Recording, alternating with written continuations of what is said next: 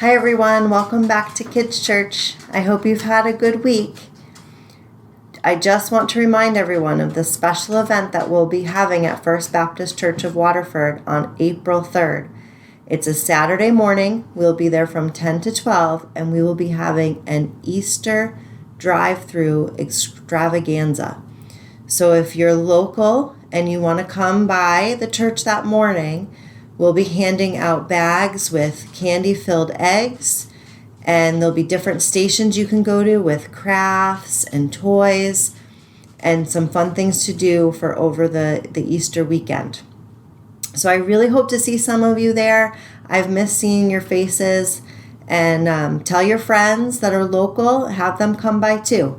We'll be there from 10 to 12 unless we run out before 12 o'clock. All right, I really hope to see you guys there. If you have questions, just call the church office, okay? All right, we're going to get to our verse. Jesus said, I am the way, the truth, and the life. No one comes to the Father except through me. John 14, verse 6. Let's say it again. Jesus said, I am the way, the truth, and the life. No one comes to the Father except through me. John 14, verse 6.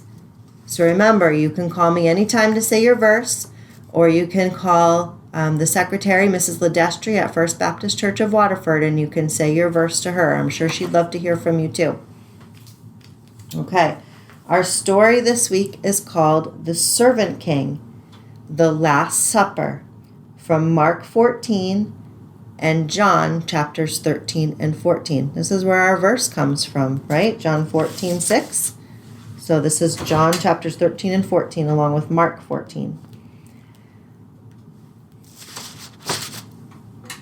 It was Passover, the time when God's people remembered how God had rescued them from being slaves in Egypt. Every year, they killed a lamb and ate it. The lamb died instead of us, they would say. But this Passover, God was getting ready for an even greater rescue. Jesus and his friends were having the Passover meal together in an upstairs room. But Jesus' friends were arguing. What about? They were arguing about Stinky Feet. Stinky Feet? Yes, that's right. Stinky Feet. Now, the thing about feet back then was that people didn't wear shoes. They only wore sandals, which might not sound unusual, except that the streets in those days were dirty. And I don't mean just dusty dirty. I mean really stinky dirty. With all those cows and horses everywhere, you can imagine the stuff on the street that ended up on their feet. Gross. So anyway, someone had to wash away the dirt. But it was a dreadful job. Who on earth would ever dream of volunteering to do it? Only the lowliest servant.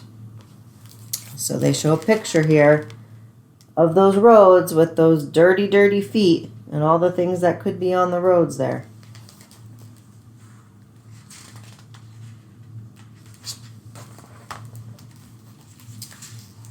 I'm not the servant, Peter said.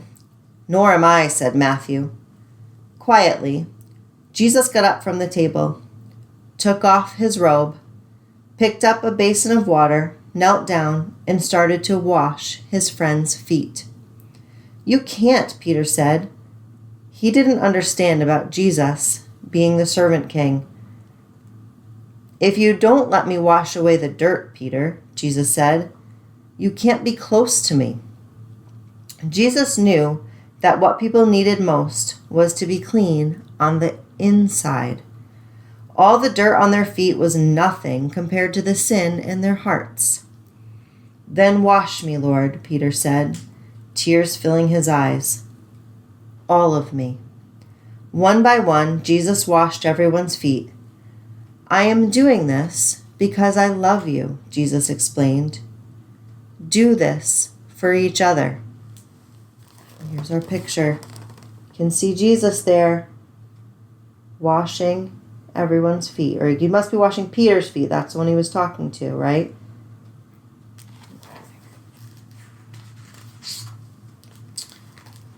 Now one of Jesus' friends made a bad plan. No one else knew what the bad plan was. But Jesus knew, and so did Judas. Judas was going to help the leaders capture Jesus for 30 pieces of silver. Go on, Judas, Jesus said. And Judas got up from the meal, left the room, and walked out into the night. So you can see, here's Judas over here. He's leaving. Everybody else is still inside.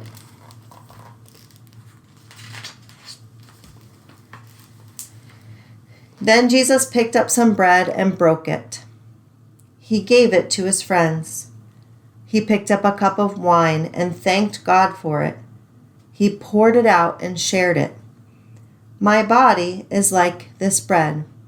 It will break, Jesus told them. This cup of wine is like my blood. It will pour out. But this is how God will rescue the world. My life will break, and God's broken world will mend. My heart will tear apart, and your hearts will heal. Just as the Passover lamb died, so now I will die instead of you. My blood will wash away all of your sins, and you'll be clean on the inside, in your hearts. So whenever you eat and drink, remember, Jesus said, I've rescued you. Jesus knew it was nearly time for him to leave the world and go back to God. I won't be with you long, he said. You are going to be very sad, but God's helper will come, and then you'll be filled up forever with a forever happiness that won't ever leave. So don't be afraid. You are my friends, and I love you. They sang their favorite song and walked up to their favorite place, an olive garden. So here's Jesus right here. You can see he's got the bread and the cup of wine. So if some of you have gone to church and you've sat up in the service with the adults, you may have seen the adults do communion before. When we celebrate communion at church, we do this. This is what Jesus taught us to do. Okay, this last part of the story where he broke the bread and drank the wine. At our church, we use crackers and juice for communion. We do that in remembrance of this Last Supper that Jesus had with his disciples, because Jesus told us to do it in remembrance of him. Okay, so that's a reason that we celebrate communion as adults. And as kids, you're starting to understand more of what this means. So if you have questions, you can ask your parents. You can call me and ask me questions. You can call Mrs. Ledestri and ask her. You can call and talk to Pastor Michael, and Pastor Michael will be glad to talk to you too. So make sure if you have questions about any of these stories, you call us and you ask questions if someone at home can't answer them for you. Okay? All right, let's do our verse one more time. Jesus said, I am the way, the truth, and the life. No one comes to the Father except through me. John 14, verse 6. Have a great week, everyone. I hope to see you soon. Bye.